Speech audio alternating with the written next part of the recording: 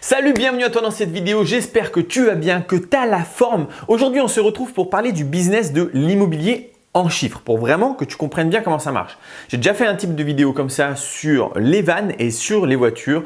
Je vais le faire un peu sur tous les business différents. Donc, il y a l'immobilier aujourd'hui, on fera la sous-location sur une prochaine vidéo et puis encore, il y a encore 2-3 autres trucs, notamment des placements financiers. Bref, il y a plusieurs choses qui arrivent. J'ai investi dans un tableau, j'ai même tout préparé d'avance pour pas qu'il y ait des temps morts un petit peu pendant la vidéo. Et puis, je te propose de regarder un petit peu comment ça se passe, quel est le business model en tout cas pour gagner de l'argent et surtout pour essayer de vivre de ces revenus qui sont issus donc de l'immobilier. Donc l'immobilier, ça marche de la manière suivante, c'est très simple. En gros, on achète un bien immobilier. Alors, l'achat immobilier, oui, j'arrive, je suis hors champ, je sais, mais je prenais des crayons. Donc, l'achat immobilier, ça fonctionne principalement quand tu as accès au crédit. Tu peux aussi le faire si tu as l'argent d'avance, mais on va en parler justement. Je ne suis pas du tout favorable à acheter de l'immobilier quand on a déjà l'argent parce que je pense que l'immobilier, d'ailleurs, ce n'est pas je pense, c'est sûr, l'immobilier a un rendement beaucoup trop faible. Il a un rendement très faible, l'immobilier. Tiens, je vais le marquer vite fait. Ici, tu as l'immobilier classique. Le rendement, donc c'est la rentabilité, d'accord? En général, classique, pour absolument tout le monde, monsieur tout le monde, on est très souvent à 5% de rentabilité. Je te le marque là, je vais l'effacer après. D'accord? Ça va être bon, et brut, net, franchement, quand on est à un chiffre aussi bas, on s'en fiche un petit peu, ça ne change pas grand-chose.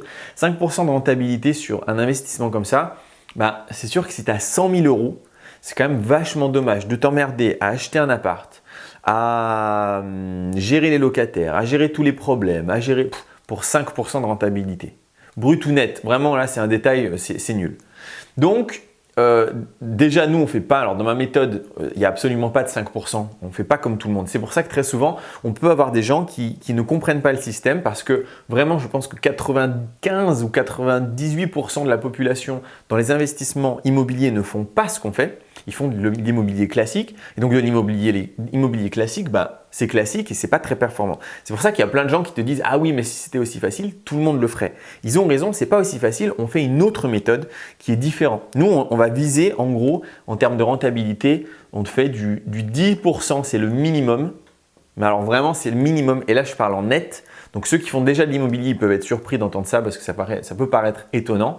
Mais en réalité, moi, sur ma moyenne de mon parc, j'étais à 12 ou 13% de rentabilité nette. Et sur les dernières affaires, c'était plutôt autour de 15% de rentabilité nette.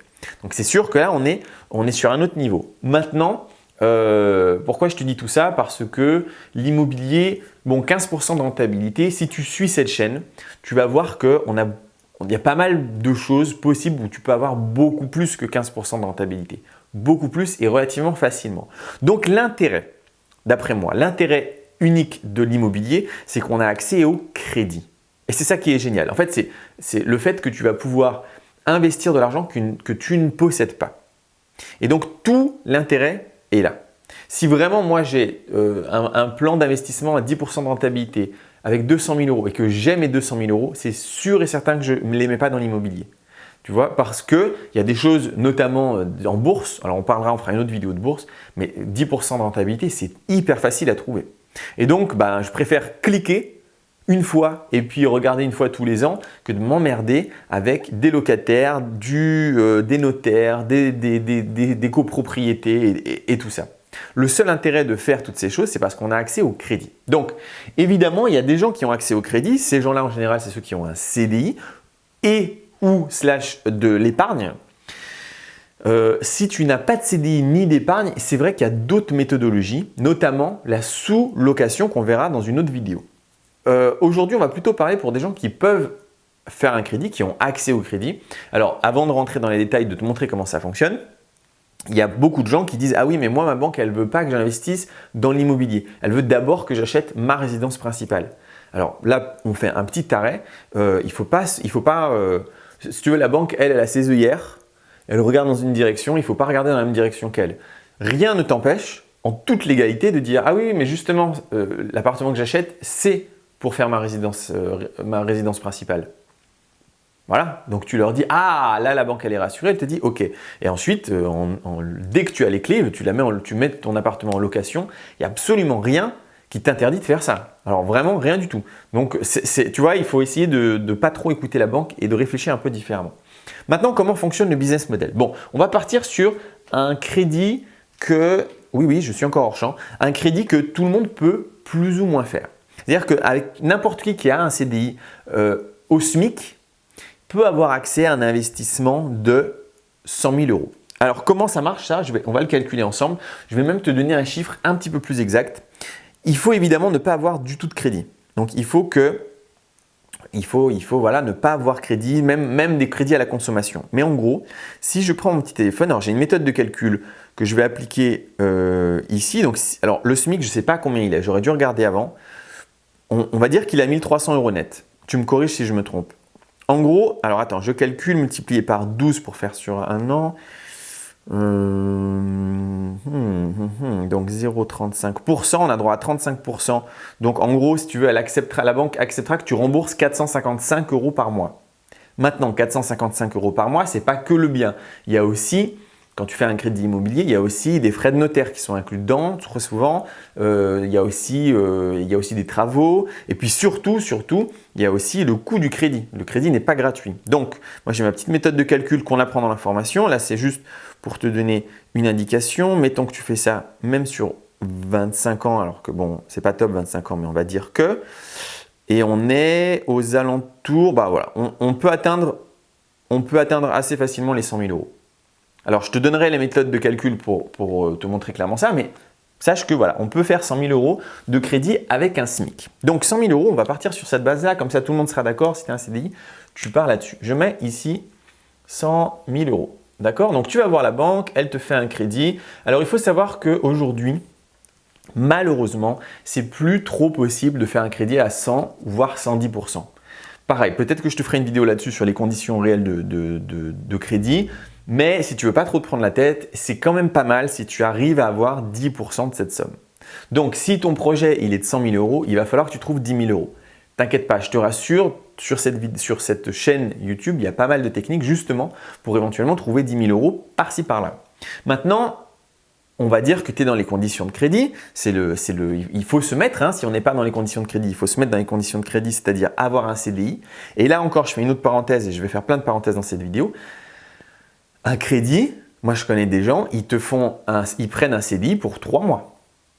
Le temps d'avoir les clés et ensuite ils démissionnent. Un CDI, ça ne veut pas dire que tu dois rester au CDI. Dès que tu as ton crédit, tu te barres. Donc trouver un CDI même pas agréable dans un magasin, même un McDo, je ne crois pas qu'ils font des CDI, mais vraiment dans un boulot tout pourri que tu n'aimes pas, on s'en fout.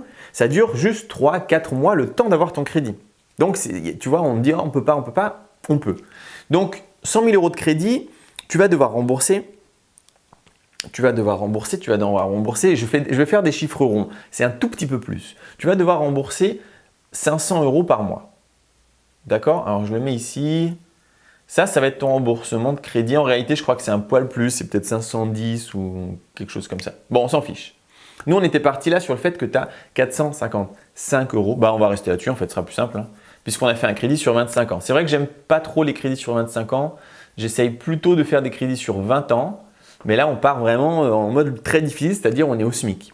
Si tu n'es pas au SMIC, on fait plutôt un crédit sur 20 ans. Et donc, très vite, tu vas avoir plutôt un chiffre aux alentours de 512 euros, 520 euros. Donc, une fois que tu as acheté, alors c'est ton projet, hein, comment ça fonctionne le business model en lui-même? Bon, déjà, d'un côté, tu vas avoir des dépenses inhérentes à ton appartement ou à ton bien. Forcément, tu as des dépenses. Il y a plein de dépenses dans l'immobilier. Donc, on va les nommer. Et ça, ce sont des dépenses qui sont totalement perdues. Hein. Tu ne les reverras pas, ce n'est pas de l'argent que tu vas gagner. Tu as en tout premier la taxe foncière. La taxe foncière, c'est une taxe qu'on te demande tous les ans parce que tu es propriétaire et donc tu as de l'argent, alors paye un peu plus. En réalité, je crois que c'est une taxe foncière, c'est le sol. Et du coup, voilà, tu as un bout de terrain de la France qui est à toi, tu payes. Cette taxe foncière sur un bien comme ça, en général, on dit que c'est un loyer. Donc là, on est à 455 euros. Non, pardon, ça n'a rien à voir. Donc on dit un loyer, on va dire 500 euros. Donc, hop, moins 500 euros. Alors, c'est par an. Tiens, tu sais ce qu'on va faire? On va le faire par mois. Alors, combien ça fait 500? Donc, 500 euros divisé par 12, ça fait 40. J'ai arrondi à 42 euros. C'est un peu moins. D'accord? Donc, tu vas payer 42 euros par mois de taxes. Ensuite, tu as les charges de copropriété. Alors là, ça peut vraiment beaucoup varier. Tu as des copropriétés qui sont à faible charge et d'autres où il y a beaucoup de charges parce qu'en plus, ça inclut le chauffage, où il y a une piscine, où il y a un terrain de tennis dans la résidence. On va rester sur quelque chose d'assez banal, on va dire. On va les mettre à 60 €. Allez, 60 € par mois. Sachant que 60 € par mois, ça nous fait du 720 € par an. Donc voilà, c'est une petite moyenne. Le coût du crédit. Alors, il faut savoir que quand tu rembourses ton crédit, il y a, contrairement encore une fois à beaucoup de gens qui pensent ça, on ne rembourse pas au début que les intérêts. Ça, c'est vraiment une idée qui vient il y a très longtemps, quand les crédits étaient excessivement élevés et qu'on était à 7, 8, 10% sur l'immobilier. Ça existait à une époque, mais il y a vraiment de ça des dizaines d'années. Aujourd'hui, on n'est plus du tout dans ce cas de figure. Aujourd'hui, en gros, un crédit, sur les premières années, on va rembourser sur la totalité du loyer, donc sur ce qu'on rembourse là, les 455 €, sur la totalité du mensualité de crédit, il y a 20% qui sont vraiment perdus et qui sont le coût du crédit sur les premières années. Après, plus tu avances dans le temps et plus la part du crédit est faible. Donc 20%, ça c'est vraiment l'argent qui va être perdu. On va le calculer sur 455 €. 455 à 20%, c'est-à-dire qu'on a 91 € par mois, d'accord, qui sont dead. Tu les reverras jamais, ceux-là. Ok? Ensuite, tu vas avoir l'entretien. Alors l'entretien, c'est quoi? Ça dépend de ta façon de faire déjà. Si c'est du Airbnb que tu fais, tu vas avoir beaucoup plus d'entretien que si tu loues à l'année à quelqu'un. Donc on va faire une petite moyenne, je sais pas, là vraiment c'est au pif. On va dire, allez, l'entretien avec les réparations, un petit 40 € par mois. D'accord? Les impôts, alors c'est le plus mal. Les impôts, on va le dire après. Ensuite, on a aussi potentiellement les factures, électricité, gaz, internet, selon comment tu fais. C'est-à-dire que si tu fais de la location nue ou de la location meublée, mais oui, ça n'inclut pas les factures, ça ne te concerne pas. Par contre, si tu inclus, si tu es en Airbnb par exemple, là tu vas aussi inclure les factures. Nous, on va partir sur cette méthode parce que tu vas voir qu'on cherche à gagner de l'argent et que la location courte durée, c'est de loin la plus performante. Donc, électricité, gaz et internet. Internet, ça va être 20 € par mois, plus ou moins. Électricité, gaz, sur un petit bien comme ça, parce que c'est petit, hein, ça va être un studio en général pour 100 000 balles. On va être aux alentours de, allez, je vais te faire une moyenne à 70 € par mois. D'accord? Et donc les impôts, là, ça peut vraiment varier. Il y a une très grosse variation possible. Si tu sais faire correctement de l'immobilier, tu ne payes pas du tout d'impôts pendant des années. Si tu ne sais pas faire, si tu fais mal les choses, tu vas payer des impôts. Et donc, nous, on va partir du principe qu'on sait faire les choses. On apprend ça dans la formation. Tiens, d'ailleurs, dans la description, tu as une formation gratuite, non pas que sur l'immobilier, mais aussi sur l'immobilier. Et puis, tu as une autre formation beaucoup plus grosse qui est aussi sur l'immobilier. Les impôts, on va dire donc qu'on fait bien les choses, mais tiens, on va quand même se faire une petite marge d'erreur, mais on s'est planté et on va quand même payer, on va quand même payer 30 € d'impôts par mois sur l'année, c'est-à-dire à la fin de l'année, on va payer 360 €, on a mal fait les choses. Pour le moment, c'est tout. On va mettre ça, on va rajouter 2-3 trucs. Donc ça, c'est par mois. Hein. Donc tout ça, c'est perdu. Et ensuite, tu as une contrainte qui va être le fait que quand tu rembourses tes 455 € par mois, il y a une partie qui est pour le coût du crédit. D'accord? On a dit que c'était perdu, que c'était les frais. En fait, c'est le coût du crédit de la mensualité que tu vas rembourser à la banque. Il y a une partie, elle se sert, elle ne te prête pas de l'argent gratuitement.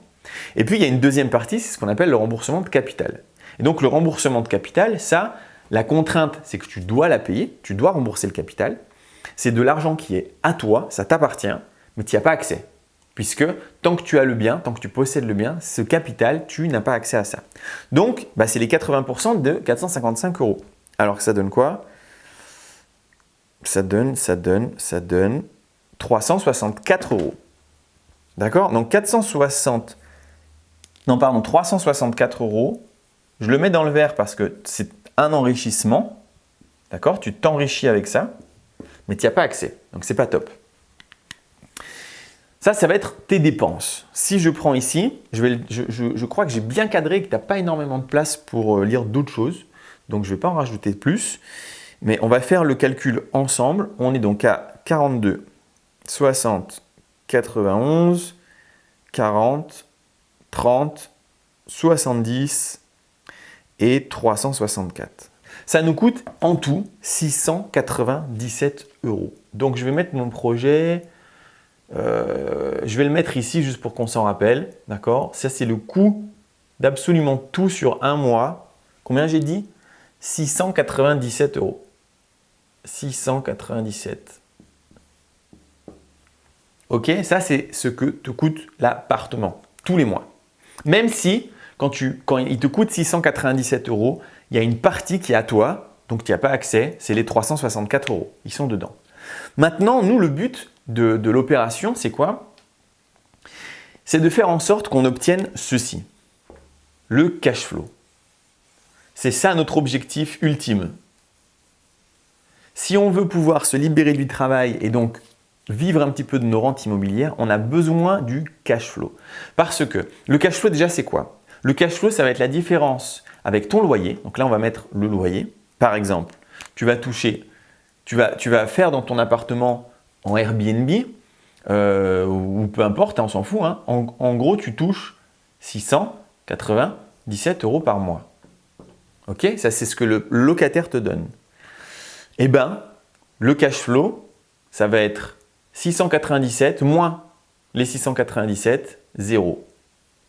Et donc ça, pour nous, hein, pour notre histoire, c'est ce qu'on appelle une opération blanche. C'est-à-dire que l'appartement s'autofinance, il se rembourse, il paye toutes les charges. Pour nous, c'est nul. C'est super nul. Maintenant, il y a plein de gens dans l'immobilier qui vont te dire « j'ai fait une opération blanche avec beaucoup de fierté parce que pour la majorité des gens, c'est cool. C'est très cool et tout simplement parce que c'est rare. C'est-à-dire qu'en général, les gens qui font de l'immobilier normaux, ils vont pas réussir à mettre un loyer aussi élevé que ça pour payer la totalité. Et donc, très souvent, ils vont devoir rajouter un peu d'argent de leur poche à la fin du mois. Peut-être 50 €, peut-être 100 €, peut-être 200 €. Et s'ils mettent 100 € par mois et qu'ils ont un bien qui s'autofinance, pas parce qu'il faut rajouter 100 €, mais ils sont contents. Parce qu'on leur a dit depuis toujours, oui, ça c'est bien, c'est un bon projet immobilier.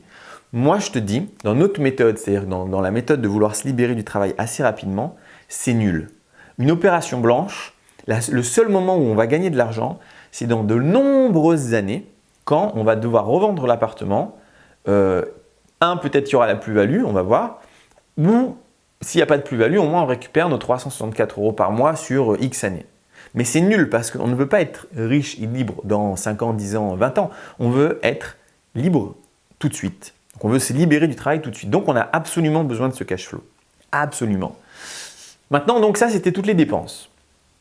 Et donc, avec l'immobilier, tu as aussi les recettes, donc l'argent qui rentre. Tu peux avoir le loyer, ok, ça va être un effort d'enrichissement, et aussi, voire surtout, la plus-value.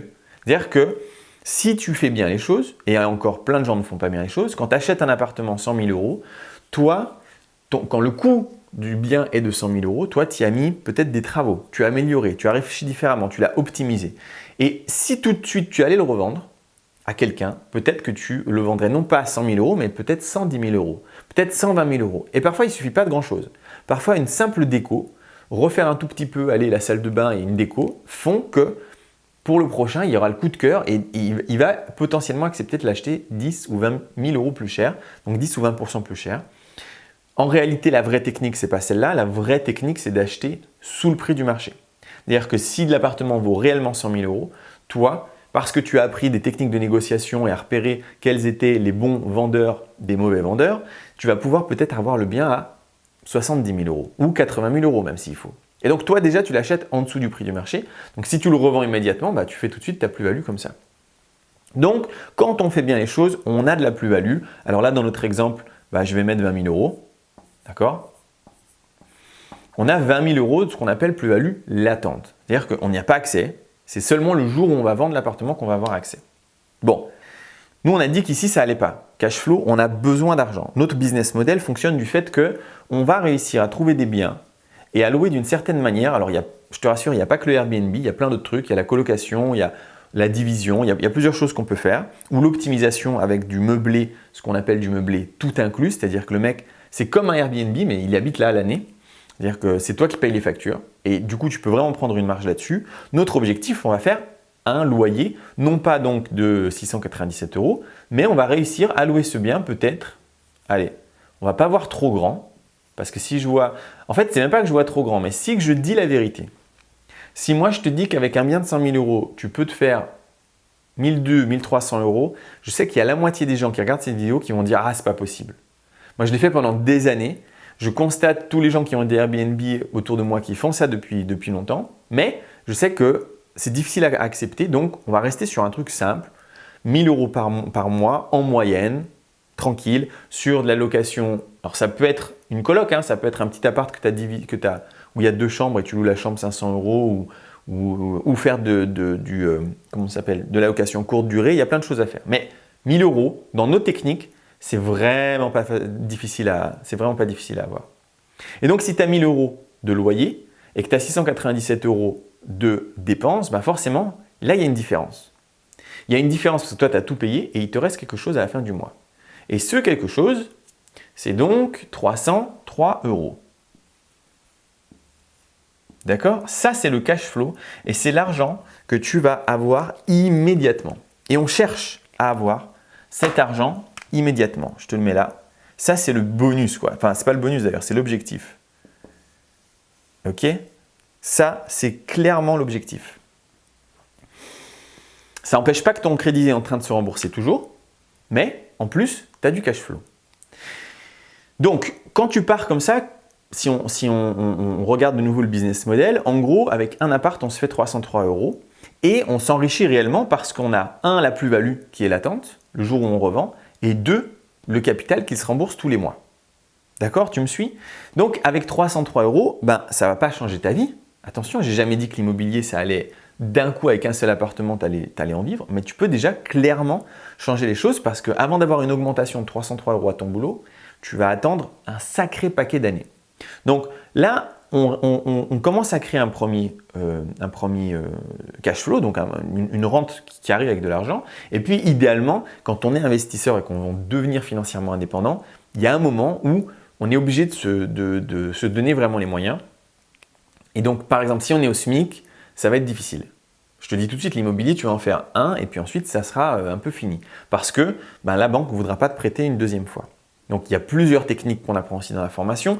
Notamment, il y a beaucoup le fait de faire en société. En société, on a l'impression que c'est un peu plus compliqué et c'est un peu plus compliqué, mais tu peux vraiment, comment te dire ça? Tu peux vraiment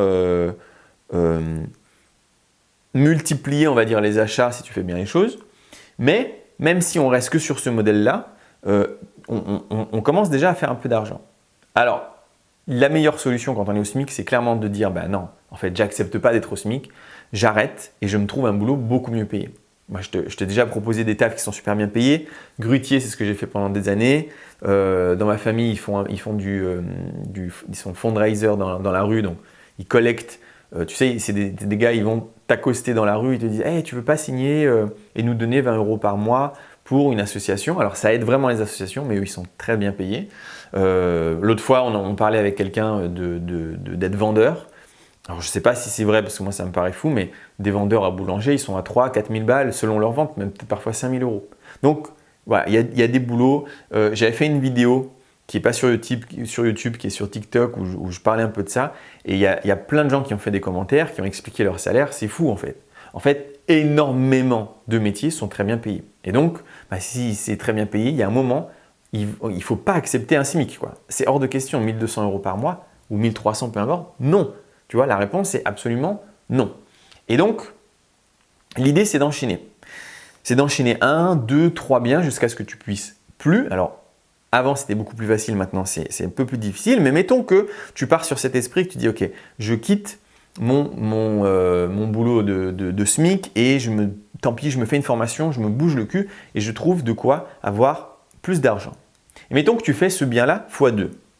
Et mettons qu'on soit réaliste, x2 parce que tu en achètes 2. Mettons qu'on soit réaliste et qu'on arrête avec ce 1 000 € parce que c'est politiquement correct et qu'on va dire la réalité, c'est qu'on est plutôt autour de 1 200 €.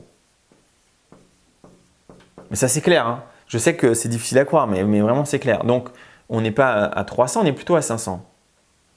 D'accord? Et tu fais x2 partout là, puisqu'on en a acheté 2. Maintenant, on achète 2 apparts. Là, tu fais x2, tu as plus de dépenses. D'accord? On va économiser du temps, on va faire ça. x2 et ici aussi du coup, hein, x2. D'accord? Bon, c'est-à-dire que maintenant, avec le cash flow, donc tu as tes apparts, tu as, tu le vois plus, je vais te le mettre là, ça devient n'importe quoi, mais tant pis. Tu as 1006 € par mois de cash flow qui tombe tous les mois et tu as une augmentation de patrimoine de 364 € x 2. Ça fait quoi? Ça fait 728, je pense. Oui, c'est ça. Ça fait 728 €. Ok? 728 €, c'est comme de l'épargne forcée. C'est-à-dire que, en réalité vraie, tu gagnes maintenant, avec 2 apparts, et ça met moins d'1 an à mettre en place, tu gagnes dans ta vie 1006 € plus 728. D'accord? Donc 1700, bon, tu as compris quoi. Allez, on va dire 1730 €. J'arrondis, un peu plus. Et tu as la plus-value latente. Donc, tu vois que en fait, juste avec 2 studios, mais c'est vraiment vrai, hein, je ne dis pas que tu peux être riche, je ne dis pas que tu peux être millionnaire avec ça, mais 2 studios que tu mets en Airbnb, ben, oui, si tu réduis à côté de ça en même temps tes dépenses, parce que c'est important, hein, l'idée c'est de se libérer, c'est pas d'être un gros kéké avec une grosse bagnole et une grosse maison, ben, si tu réduis en même temps tes dépenses, tu te libères du travail, clairement.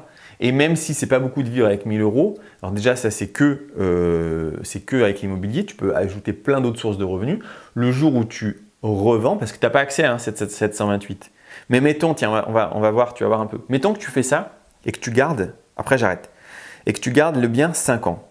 Donc tu as 728 € de remboursement de crédit, d'accord, pendant 5 ans, et 40 000 € de plus-value le jour où tu revends tes apparts. Eh bien, je suis heureux de t'annoncer qu'en 5 ans, quand tu revends tes apparts, tu repars avec 83 680 €. D'accord? C'est-à-dire que pendant 5 ans, tu avais 1000 € de rente et en plus, tu repars avec cette somme. Mais qui a cette somme, 83 680 € en travaillant? Et qui? Tu vois, à moins d'avoir des gros salaires. Et si tu as des gros salaires, tant mieux pour toi, parce qu'au lieu de faire 2 petits studios à 100 000 balles, tu fais 3 immenses colocs à 300 000 € la coloc. Et là, c'est pas, tu as bien vu, moi j'ai partagé. En 5 ans, j'ai fait 500 000 € tu vois, sur l'immobilier. Donc, l'immobilier est hyper puissant. Hyper puissant. C'est pas compliqué, je sais que tout le monde se dit c'est compliqué, ça n'est pas compliqué. Il faut juste apprendre, connaître. En fait, c'est vraiment apprendre et appliquer, quoi. Et ensuite, tu peux avoir des résultats comme ça. Évidemment, ça c'est que un business. Je te ferai une vidéo un petit peu sur ma vision des choses par rapport aux différents business. Parce que là, je t'en explique plusieurs. Mais pour moi, il y a une cohérence, il y a une logique sur quel business tu dois faire en premier, en second, en troisième. Et un peu, si tu veux, l'arbre des solutions. D'accord? Je te ferai une vidéo que là-dessus. Voilà, donc là, c'était juste pour te montrer en chiffres un petit peu comment ça fonctionne, quel est le business model. Évidemment, tout ça, tu ne l'obtiens qu'en apprenant. Je te rappelle, et s'il te plaît, vraiment, crois-moi, forme-toi avant de te lancer dans l'immobilier. Pas spécialement avec moi si tu ne m'aimes pas, mais n'importe qui, forme-toi. Parce que si tu ne te formes pas, tu peux oublier tous les chiffres que je viens de te dire. Tu vas faire de l'immobilier comme absolument tout le monde. Et donc, ici, là, alors là le cash flow, laisse tomber. Alors là, c'est garanti que tu n'en auras pas. Tu vois, donc tu oublies ton cash flow. Oui, ok, tu auras ton remboursement de crédit, mais voilà, c'est tout. Et puis surtout, peut-être même que tu auras, je ne sais pas comment tu veux, je ne suis même pas habitué, je ne sais pas comment on dit l'inverse du cash flow. Mais peut-être que tu devras, toi, rajouter tous les mois, je ne sais pas, 200 balles. Et donc, génial, au lieu de t'enrichir de 1000 € par mois, tu t'appauvris, parce que tu t'appauvris à l'instant T de 200 € par mois. Donc, super, tu as 2 apparts et en plus, il faut que tu payes, quoi. Donc, putain, forme-toi. Bon voilà, j'espère que cette vidéo t'a plu. Si c'est le cas, tu peux mettre un pouce bleu, tu peux t'abonner si ce n'est pas fait et surtout tu peux partager, ça m'aiderait grave à faire monter cette chaîne, à faire grandir cette chaîne. Et je vais essayer de te faire un petit peu la même chose sur les autres business pour t'expliquer un petit peu comment ça fonctionne. Là, je te rappelle qu'on n'a pas beaucoup besoin d'argent de départ, par contre on a besoin d'une situation. Dans les prochaines vidéos, je te montrerai un petit peu comment ça se passe pour la sous-location. parce que ça, c'est que quand on a une situation financière pour faire du crédit. Mais on peut aussi faire de l'immobilier quand on n'a pas la situation financière de faire du crédit. Et je te montrerai ça dans une prochaine vidéo. Je te dis à la prochaine. Ciao!